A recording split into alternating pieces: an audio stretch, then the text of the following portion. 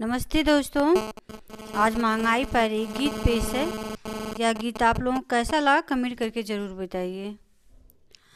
जागा जागा भाइया बहिनिया हो, महंगी मरले परनावा। जागा जागा भाइया बहिनिया हो, महंगी मरले परनावा। मरले परनावा, महंगी मरले परनावा। मरले परनावा, महंगी मरले परनावा।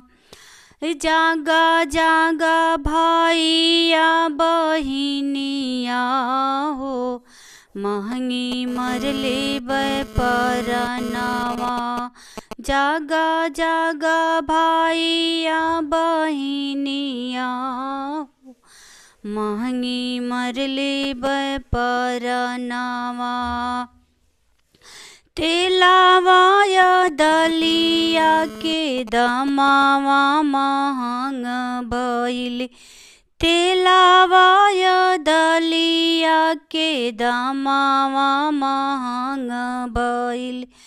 कैसे मिली है भोजनावा हो, महंगी मरले परनावा।